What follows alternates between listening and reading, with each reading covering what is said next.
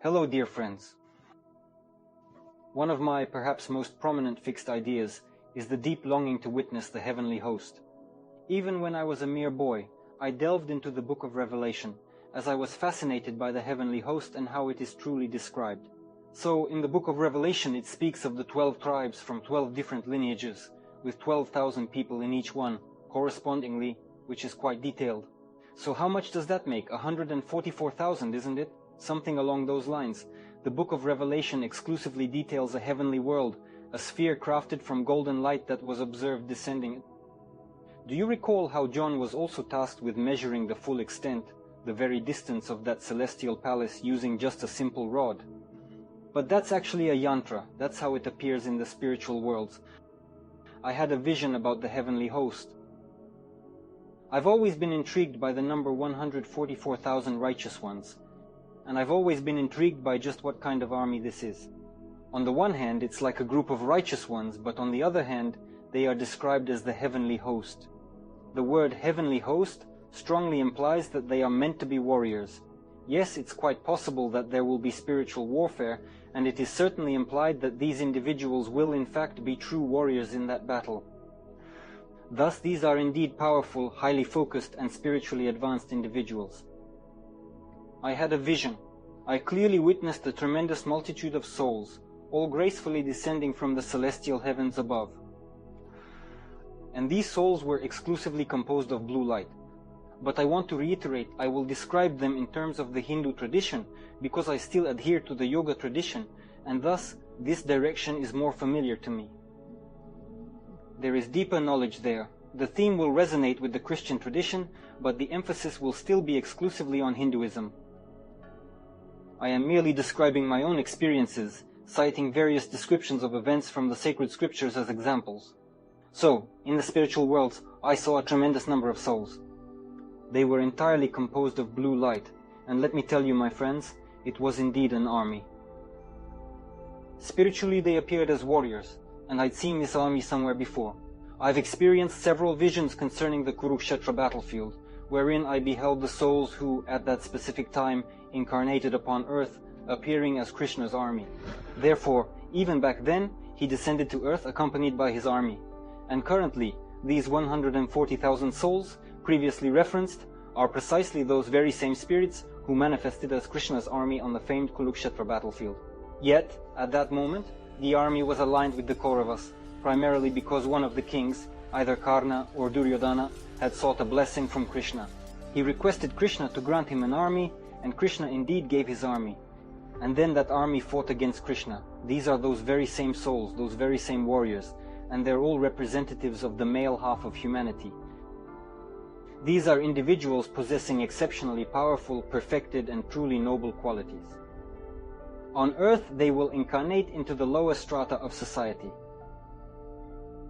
On the spiritual plane, they appear as truly noble spiritual warriors, but in the material world, they will look like ordinary men from the lower castes. And these individuals will serve as the crucial, fundamental component of what is referred to as the heavenly host. This very army is also recounted in the Padma Purana, and indeed in the narratives concerning Buddha Maitreya. This army was also mentioned by Vanga. She predicted a new teaching and people who would follow the new teaching. And accordingly, this very theme is also thoroughly developed in the book of Revelation. But I also saw other various groups of people. In terms of their qualities, they surpassed these 140,000. This number literally hung in my mind. I knew it was 140,000, not 144. And above them, I saw an even more powerful group of people in terms of spiritual development. These individuals originated from an even more elevated world than the 140,000 souls I mentioned earlier. This was a group of people numbering approximately 5,000 souls.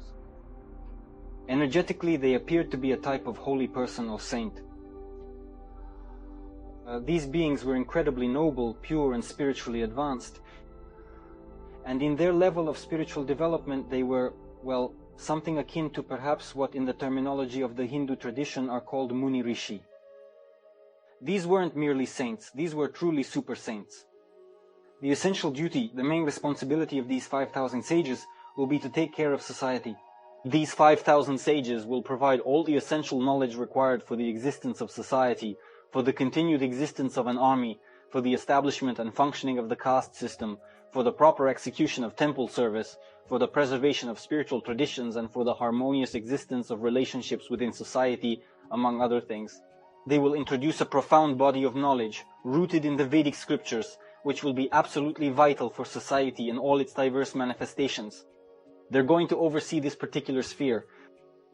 But there was an even more elevated group of individuals.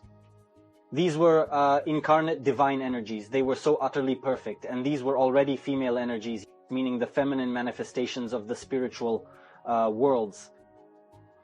Thus, I personally recognized them as incarnate goddesses, and their number was roughly 1,500 to 2,000.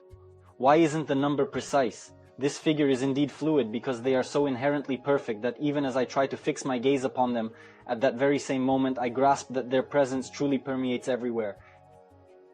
And at the same time, their manifestation is somehow located right here. And it's quite a state, a somewhat unsettling state that knocks you off track. It won't just be righteous people and only men. No, there will also be women, but they will be incarnate goddesses. And it was at this point that I found it incredibly challenging because there was just so much light. The light was incredibly dense, immensely powerful. Truly, my friends, you cannot even fathom it. Sometimes you encounter someone imbued with certain divine energies, and simply from their radiant light, you are instantaneously propelled into a profound state of samadhi. Now just imagine for yourselves, here are 2,000 such perfect energies who possess neither ego nor any impure karmas, right? These are truly divine personalities, divine beings, and divine energies simply in every conceivable way. And that wasn't all. In terms of the level of gradation, well, let's go from the bottom up. So these 140 are the main group of individuals who will be integrated into this specific tradition and teaching, and then overseeing them there will be 5,000 sages. 2,000 divine mothers, embodiments of divine energies, will be a kind of driving force that will advance this, let's say, spiritual project. On Earth, in principle, there is nothing that could oppose these divine energies. Just imagine, these 2,000 goddesses awaken, and in addition, 5,000 sages will cleanse the planet in a split second. And that's not all.